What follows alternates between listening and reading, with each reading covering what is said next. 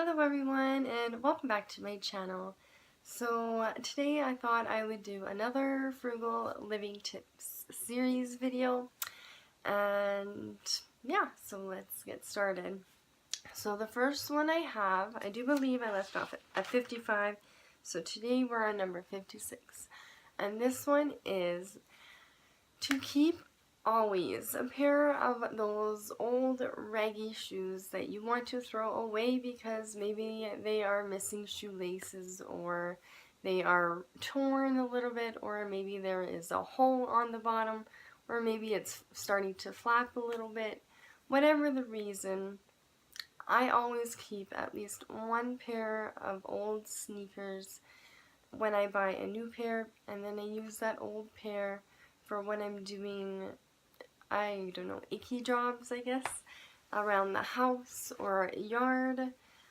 Yeah, not inside the house, but like outside if you're raking leaves, or, you know, working in the garden or painting, anything like that, because you don't want to go and wear a brand new pair of sneakers and get them ruined from doing those kind of things. So it's always good to keep that one pair, and then eventually when your new pair starts getting a little bit worn out, you can switch and then you can buy a new pair. But because you have this old pair and you're wearing it for all those icky jobs, you are extending the life of your new shoes and you don't have to replace them as often. I hope that makes sense. So number 57 is, I like to do this a lot. Not only does it cut down on the fat, but and make it healthier, it works just as well. I should tell you what it is. It's using water or broth for when you're cooking food in your frying pan.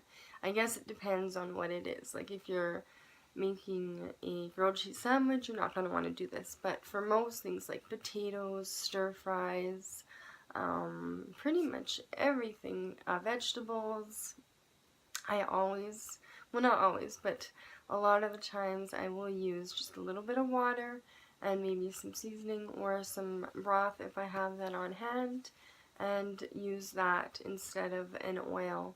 Not only, like I said, it's healthier, but it also extends your oil, because oil is more expensive than just water. Number 58 is use, instead of using olive oil for certain recipes, you don't always have to, because you can use any other oil, like vegetable oil, canola oil, almond oil. Well, I think almond oil is a little bit more expensive too, but I know olive oil is supposed to be really healthy, but if you're not using a lot of oil anyway, I don't see anything wrong in using a little bit of a vegetable oil as opposed to olive oil when you need oil for something. Like most of my salad dressings call for olive oil, but I use vegetable oil instead, and they taste just as good as when I used olive oil.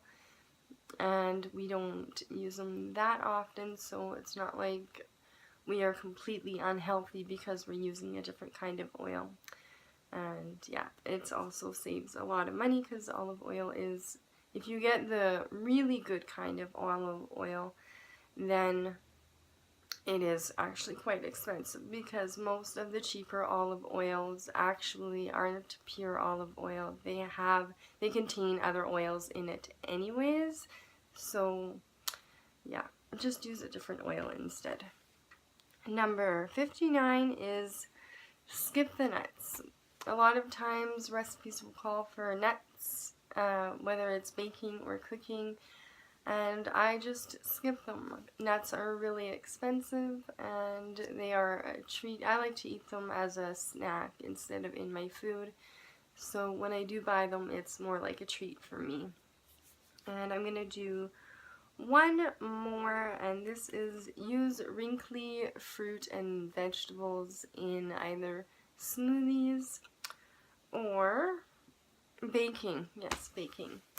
And instead of throwing them out, I know sometimes even if they're a little bit discolored, I always freeze them right away if I can't use it, or I will throw it in a smoothie or puree it and use it in some kind of baking. So then I avoid that waste, and I'm still using up the vegetables and fruit that I purchased. And this is my last tip for today. I will continue with another one of these videos probably next week. I hope you enjoyed these tips, and I look forward to seeing you all tomorrow. Bye!